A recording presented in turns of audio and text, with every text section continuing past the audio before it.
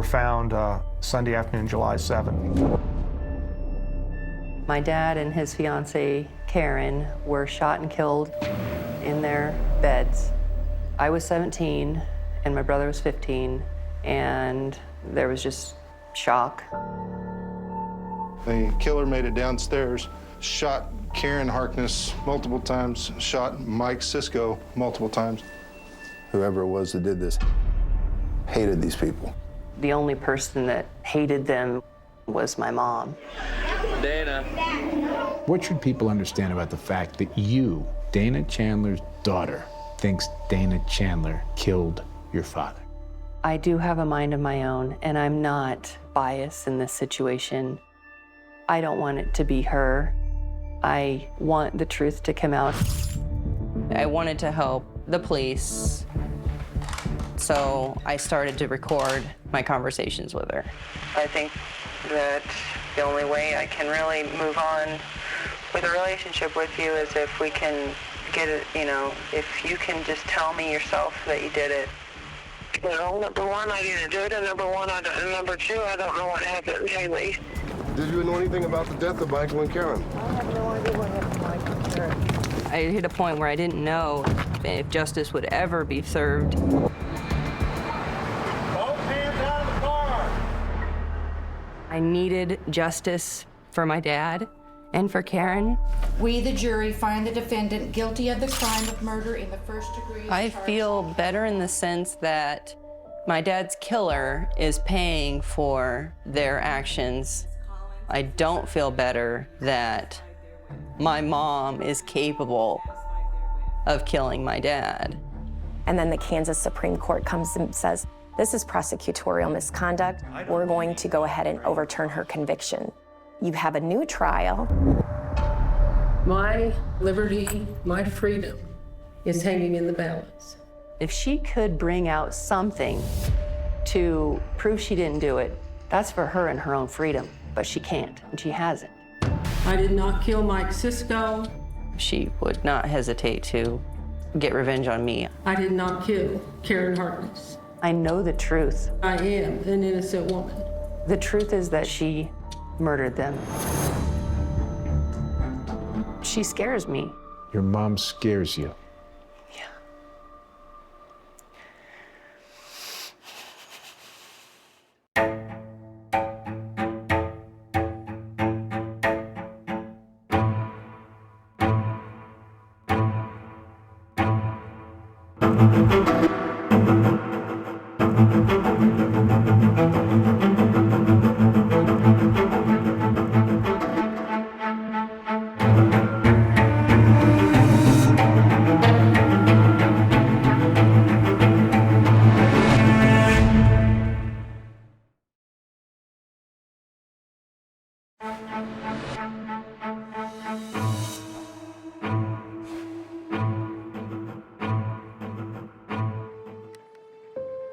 I wanted to understand what happened and why, and actually know the truth of what happened. For 2 decades, Haley Seal has been waiting for justice in the murders of her father, Mike Cisco, and his girlfriend, Karen Harkness. This hasn't been resolved. In 2002, multiple bullets struck 53-year-old Karen and 47-year-old Mike as they lay in bed in Karen's Kansas home. Authorities believed it was a crime of passion, as the rest of the house seemed undisturbed, with money and jewelry left behind. And Haley believed it was her mother, Dana Chandler, who was responsible. The truth is that she was in Karen's house on July 7th in the middle of the night with a gun, and she shot them both multiple times. And she murdered them. I hate that that's the truth, but it is the truth. I've never seen a case like this. Even Daryl Burton is co-founder of Miracle of Innocence, an organization that paid for Dana Chandler's lawyers and supports individuals it believes are wrongfully convicted. No DNA, no fingerprints, no confession, no weapon. It's just an add up. In the summer of 2022, Dana Chandler was on trial for the second time for the murders of Mike Cisco and Karen Harkness. As in her first trial, the defense focused on all that was lacking in the case against Chandler. There is no evidence that she was in the Harkness residence, no evidence she was in Topeka, there's no evidence she was in the state of Kansas. Defense attorney Tom Bath insisted Dana Chandler was in Colorado at the time of the murders, more than 500 miles away, and faulted investigators for zeroing in on her. Everything they looked at, everything they examined, excluded Dana. The lack of physical evidence was acknowledged by Shawnee County Deputy District Attorney Charles Kidd. Science is not going to solve this case. This case is not based on DNA. Instead, the state focused on evidence such as Dana's hatred of her ex-husband and his girlfriend. This case is based on jealousy, rage, and obsession. Prosecutors presented evidence they say showed that obsession, including records of more than 600 phone calls Dana made to Karen and Mike in the 6 months before the murders. And they introduced witnesses who said Mike and Karen told them some of those calls were menacing.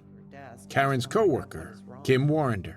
And she said she had been up all night receiving phone calls from Dana. She told you she was afraid? Very afraid. Erin Sutton also testified that her mother, Karen Harkness, was scared of Dana.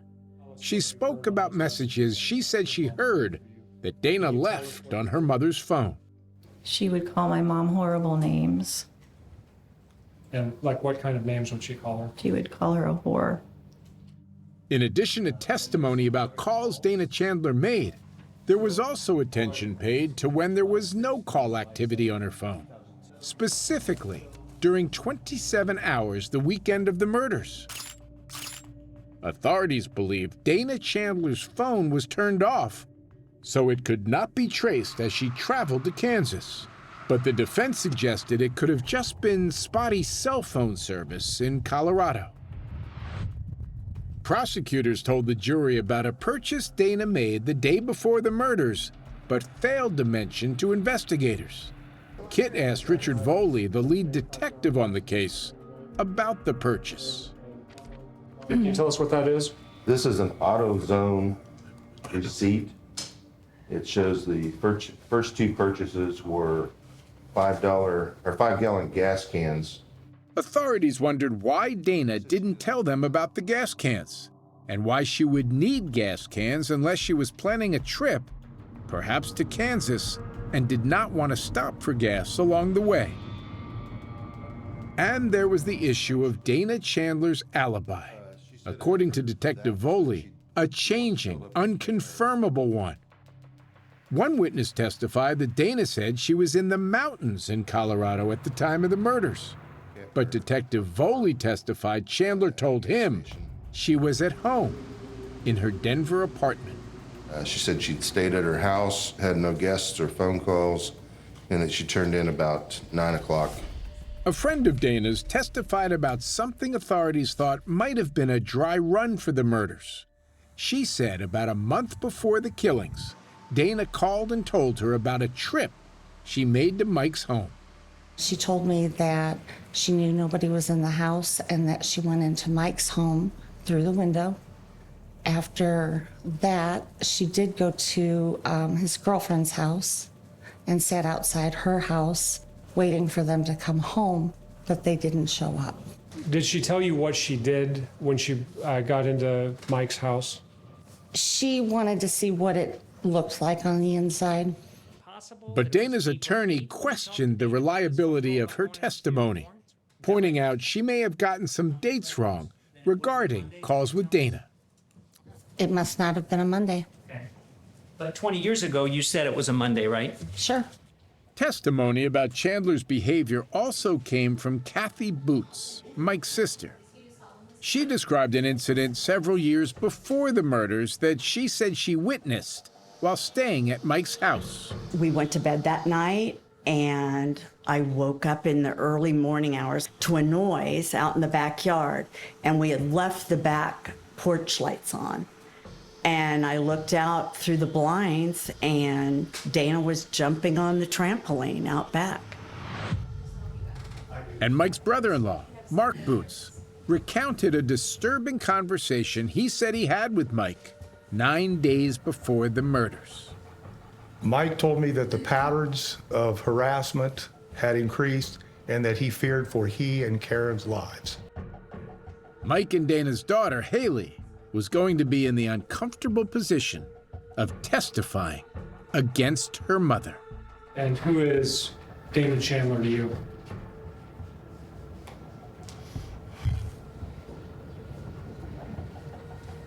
She's my mom.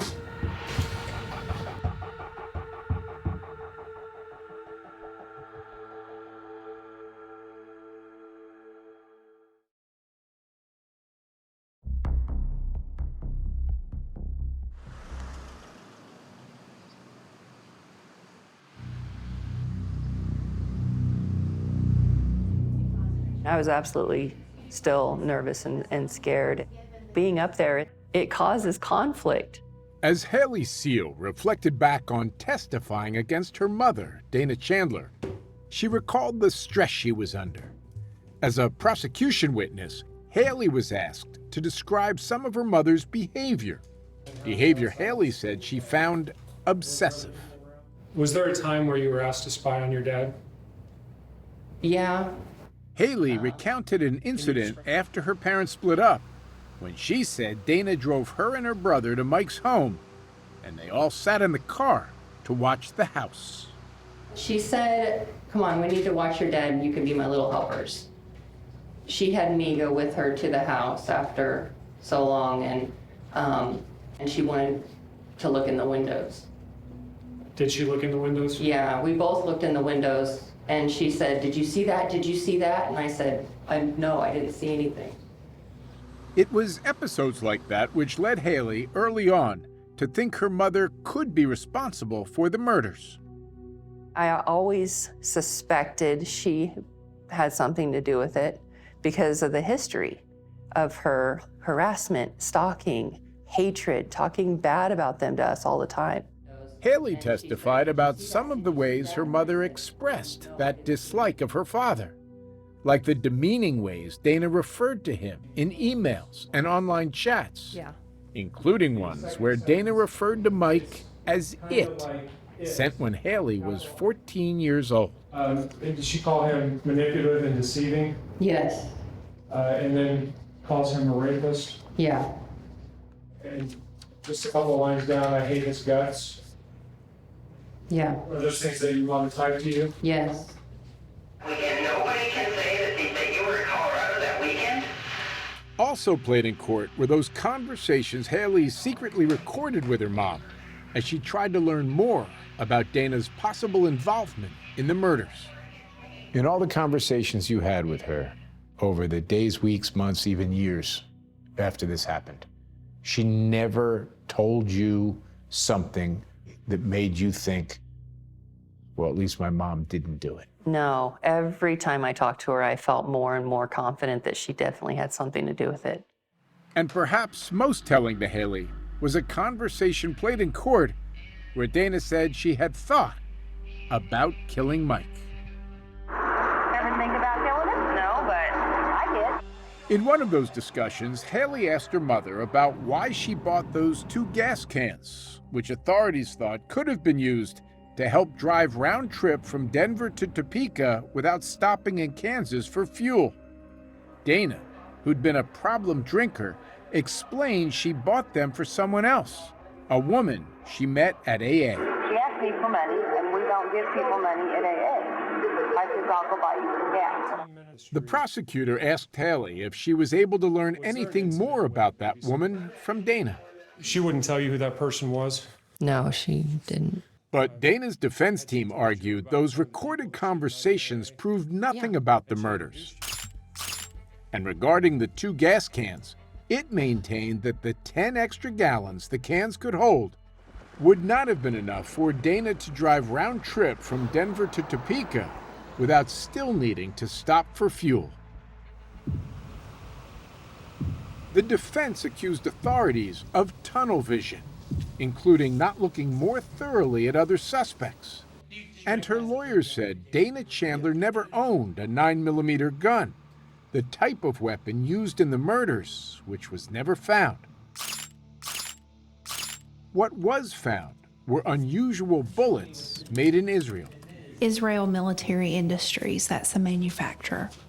Dana's attorney questioned a firearm examiner who had worked with the Kansas Bureau of Investigation about those bullets. Is that a bullet ammunition you typically see? Actually, we had not seen that before, and so it was a little bit unusual to us. The prosecution, though, explained there were places one could buy those bullets. Could that ammo have been brought into Kansas and sold at a gun show? Yes, sir. Could have been exchanged by individuals? Yes, sir. There were other parts of the investigation that the defense argued supported its case. There was forensic work it said eliminated Dana Chandler. Unidentified fingerprints found at the house did not match Chandler. None of Dana's DNA was found at the murder scene, nor were any fibers found from her clothing or any of her hair. I did not find any hairs that were consistent with the known samples coming from Miss Chandler. In 20 years, the state had no evidence whatsoever that placed Dana Chandler in Karen Harkness's home, in the city of Topeka, or in the state of Kansas. After 3 weeks of testimony, that lack of physical evidence would be the defense's theme in its closing argument. Each and every time they tested something, it excluded Dana. From the beginning, I told you this case is about obsession, jealousy, rage. The state focused on Dana's behavior, her calls, emails, and her own family's testimony against her. The defendant clearly hated Karen and Mike. Words from her own mouth and her own fingers typing those messages. A lot of evidence about Dana's bad behavior. That's true. That's not evidence. They have not proven this case beyond a reasonable doubt. On August 25th, 2022, the case went to the jury, and Haley was waiting for a verdict. I've really tried to trust the process, as I knew I didn't have any control over it, so it was going to be what it was going to be. But the wait to find out what the verdict would be was a long one.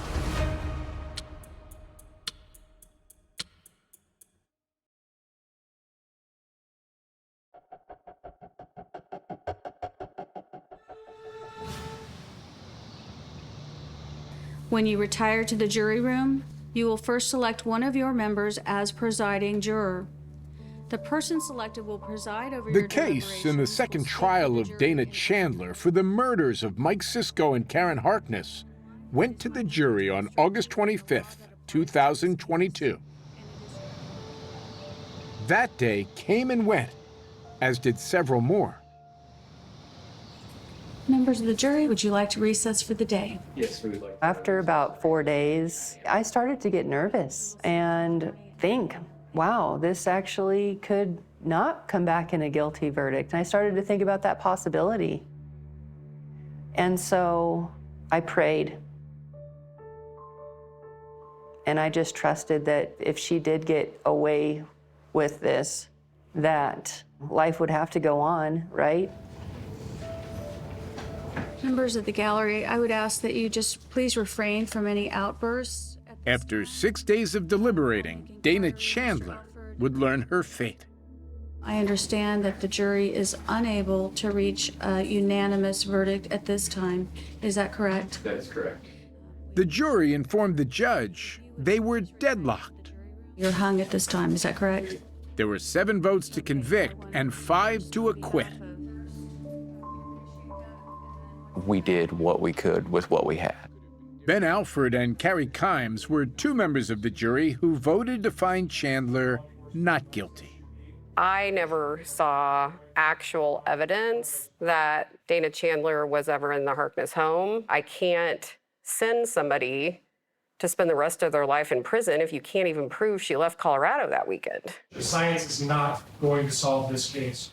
Everything that was tested for DNA proved inconclusive, and that's pretty remarkable.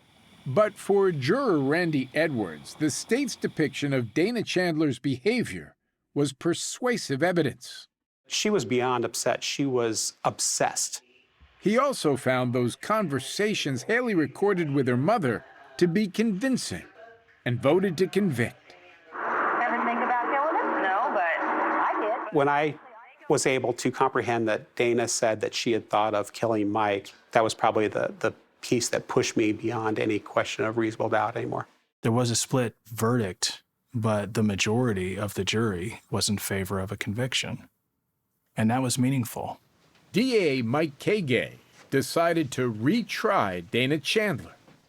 The next issue that we have before the court is a motion to modify bond. Her lawyers convinced the court to reduce her bond, which allowed her to be released with supervision as she awaited the next trial. The court is going to direct that she have GPS monitoring. Welcome home. Welcome home, Dana. After spending more than a decade incarcerated, Dana Chandler celebrated her freedom with Daryl Burton and Miracle of Innocence. Anybody who's getting out of prison after you've been in prison for any length of time, it's a joyous occasion. You're happy that someone's been released, and you also feel like, well, maybe it's a good chance that we can mount a defense and get her totally acquitted. As a condition of her release, Dana was not allowed to contact her children. Still, Haley worried about her safety. She is married to Chris Seal, her high school boyfriend, and is a mother of 3. I'm scared to death that she's going to hurt me or she's going to affect my kids in some way. Haley's fear only grew when Dana made this post to her Facebook page. Chandler complained about her treatment at trial, calling it a kangaroo court. And in the background, she showed images of Haley's children. Haley says Dana somehow learned which church she attended and downloaded a live stream of a service to create the photos. It was chilling and it was disturbing. I feel like it was a direct message to me. And what was the message?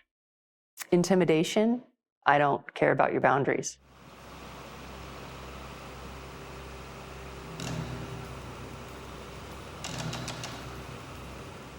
Her belief that her mother committed the murders remains unwavering and, she says, disturbing. She's my mom, but if you're my mom, why would you do that to my dad? For your kid's sake, maybe that would be a reason not to do it. Being a mother now, I have a new perspective. It becomes even more unreal now. Also unreal to Haley, thoughts of a third trial. What are your expectations for yet again another trial? This time, I'm not as confident. For trial number 3, jurors would be from Pottawatomie County, Kansas. The defense requested a change of venue, and the judge agreed, citing excessive media coverage. It would take place in Westmoreland, a smaller, more rural area 60 miles away from the last setting in Topeka. July 7, 2002 was going to be a good day. Mike Cisco and Karen Harkness had been in a relationship for a few years. The trial got underway with opening statements on February 7th, 2025. One name just kept coming up, Dana Chandler. Charles Kitt was back retrying the case, joined by prosecutor Dan Dunbar. Judge Cheryl Rios again presided. And in a last-minute change on the morning of opening statements, Dana Chandler dismissed her defense attorneys. My name is Dana Chandler. And Dana Chandler decided the best person to represent her was herself. I am innocent. I did not kill Mike and Karen.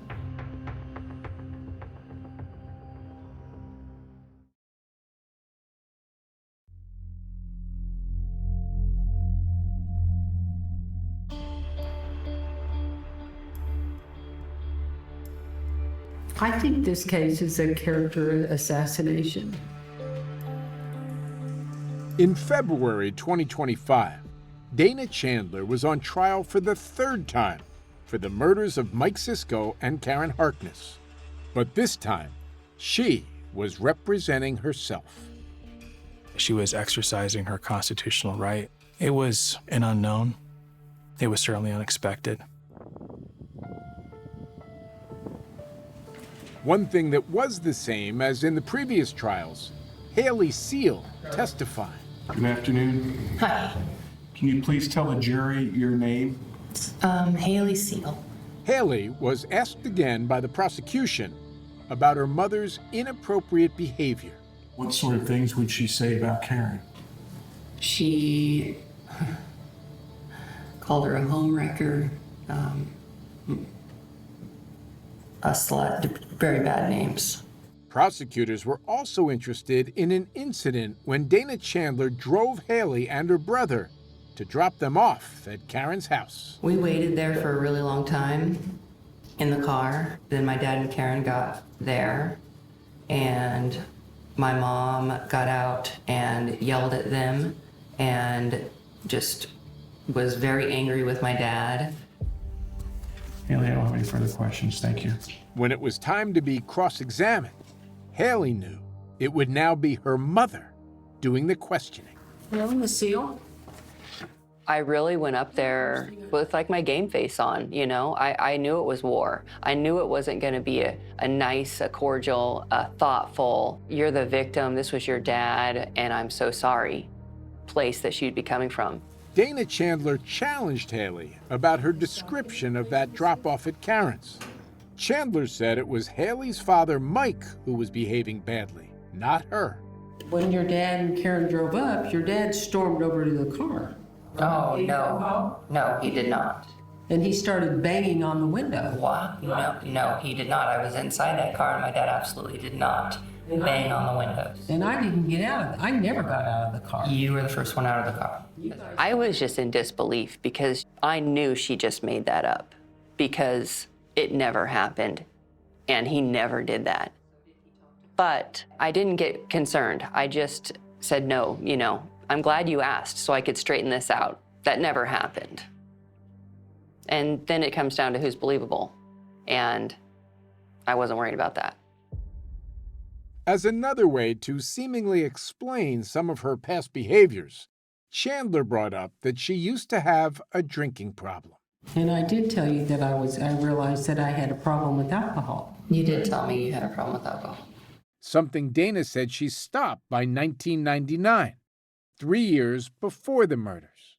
I told you I was going to 3 AA meetings a day, trying to get well. True? I knew you were trying to get well, yes. The state questioned, though, if becoming sober changed Chandler's behavior. When she came back clean and sober, did that change how she treated you? No. Did it change how she talked about your dad? No. Did it change how she talked about Karen? No. Do you solemnly swear that the testimony you're about to give in this case now, you're going to be the truth, the whole truth, and nothing but the truth? So good things. Dana Chandler not only thought she was the best person to represent herself, but when it was time to put on her defense, she decided she would be her own main witness. But I feel like that I need to kind of tell my story to kind of put things in perspective. She testified over 7 days. You have not seen evidence that I was in Topeka, Kansas on July 7th of 2002. Speaking for about 20 hours. I'd kind of like to review a little where I left off. There was times when she would take so long to try to get her point across. Dana Chandler's supporter, Darrell Burton, was concerned when she put herself on the stand. And sometimes it seemed as though she was just rambling, you know, and that was just unfortunate. She probably knew where she was trying to go, but she'd get lost. But I continued drinking. She again addressed issues such as her drinking and inappropriate conversations with Haley. I was writing emails, drinking to blackout. I'd get up the next morning and not even remember those emails. I had a serious problem. And horrible things I said about Karen spreading her legs. I mean, seriously, Haley was 14 years old. I am just so ashamed and embarrassed about that. And I hate it that I put Haley through that. And Chandler, in her own testimony, addressed again that incident when she waited outside Karen's house to drop off Haley and Dustin with the couple. She said it was done out of necessity. I yelled through the window I could not afford to feed Haley and Dustin, and that I needed to leave them with him. Chandler contrasted those times to when she stopped drinking, showing videos of her spending time outdoors with Haley and Dustin. This video was taken about 9 months into my recovery. Dana also disputed making frequent harassing calls to Karen and Mike, saying when she called, there was a reason. I was calling to speak with my children, Haley and Dustin. As to her having disagreements with Karen Harkness, she testified there were none. I never, ever had any confrontations with Karen Harkness at all. Chandler also pointed out what she said was sloppiness in the police investigation. When Chandler questioned lead detective Richard Voley, she asked about whether police were too focused on her and should have been looking more thoroughly at other possible suspects. Did you or did you not receive any leads for other suspects besides me? Early on in the investigation, there were several other people that were looked at as possible leads. So it's a matter of checking people off, to dismissing people that couldn't have done it. When we can't dismiss them, we keep focusing on them, like we did with you. Chandler, though, said there was an area where she felt law enforcement thoroughly investigated. Whether she bought a 9mm gun like the one used in the murders. And they came up empty-handed. I've never owned, purchased, or possessed a 9mm firearm. And throughout her defense, Dana Chandler was adamant that at the time of the murders, she was in Colorado, and no one could place her in Karen's house, or even in Kansas.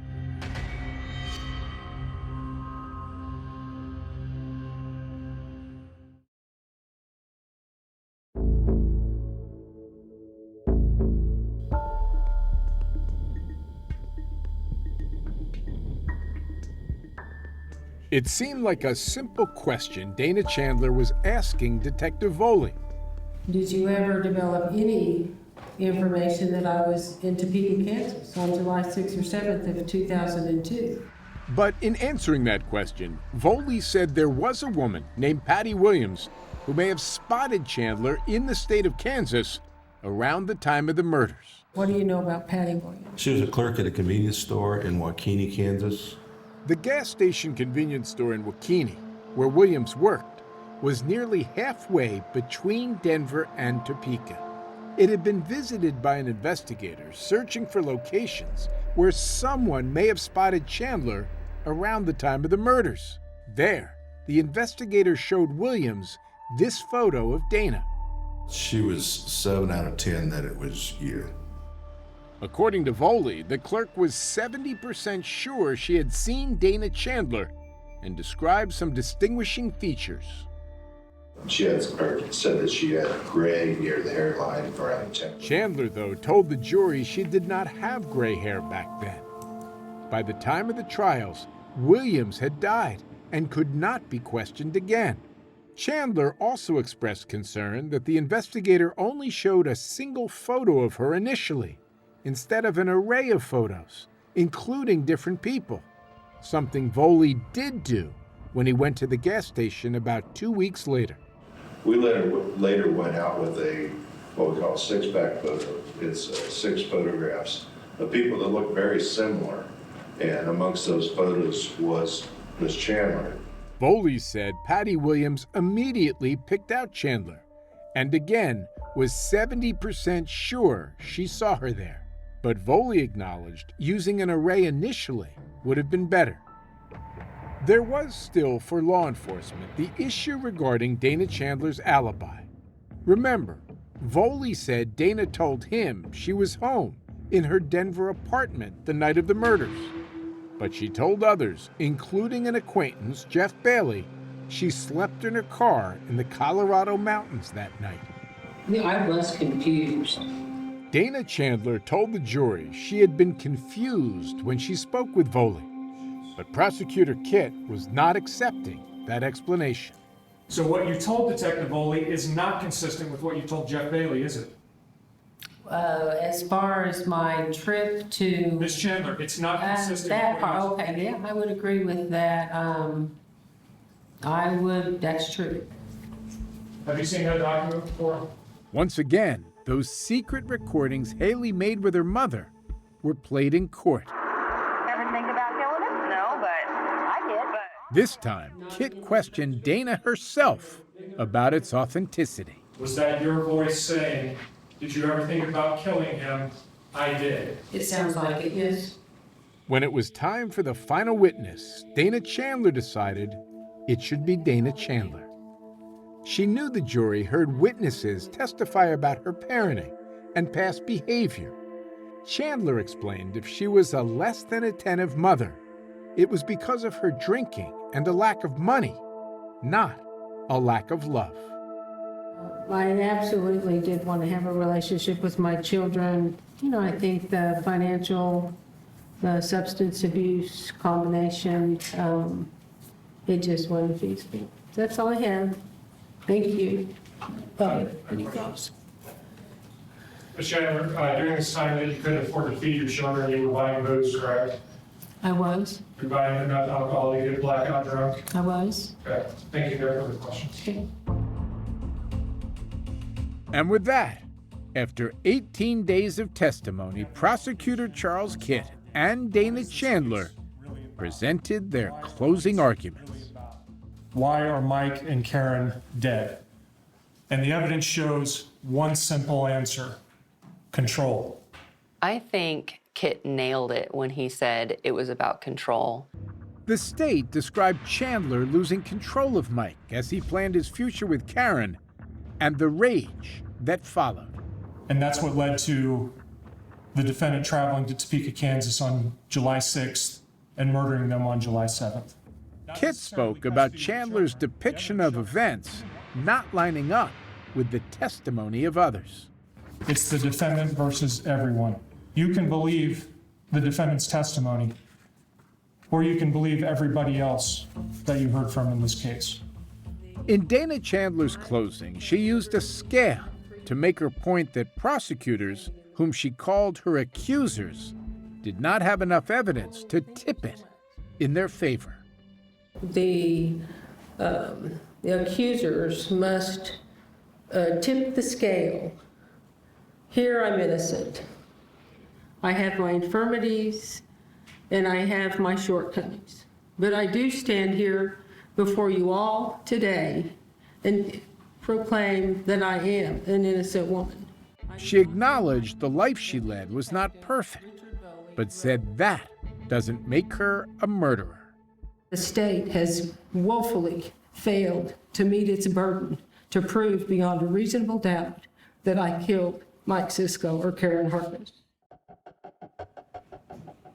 About 4 hours later, the jury delivered its verdict.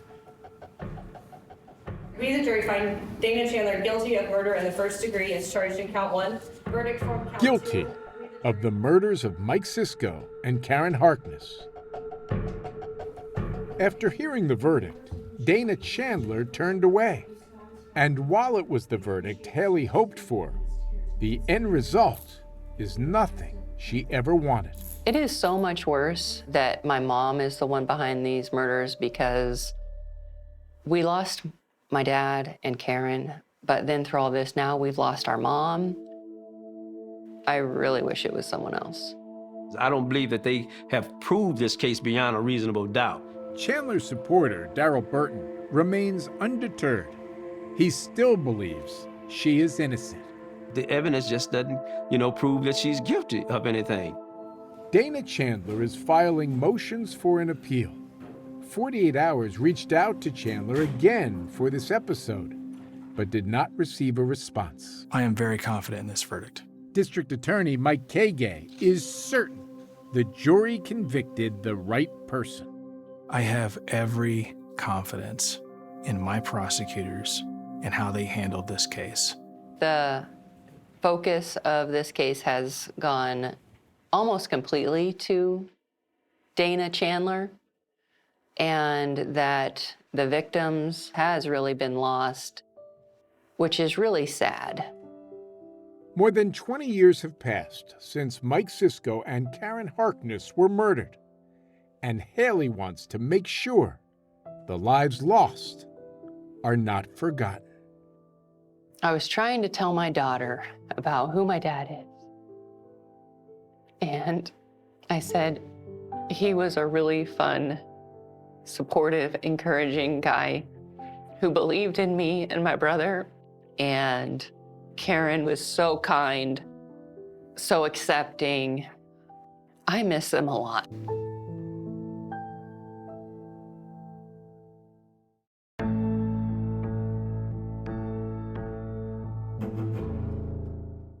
I can only describe it as evil, something horrible. From 48 Hours, this is Trained to Kill, the dog trainer, the heiress, and the bodyguard. He couldn't control his obsession. Who was the hunter and who was the hunted? Follow and listen on the free Odyssey app or wherever you get your podcasts.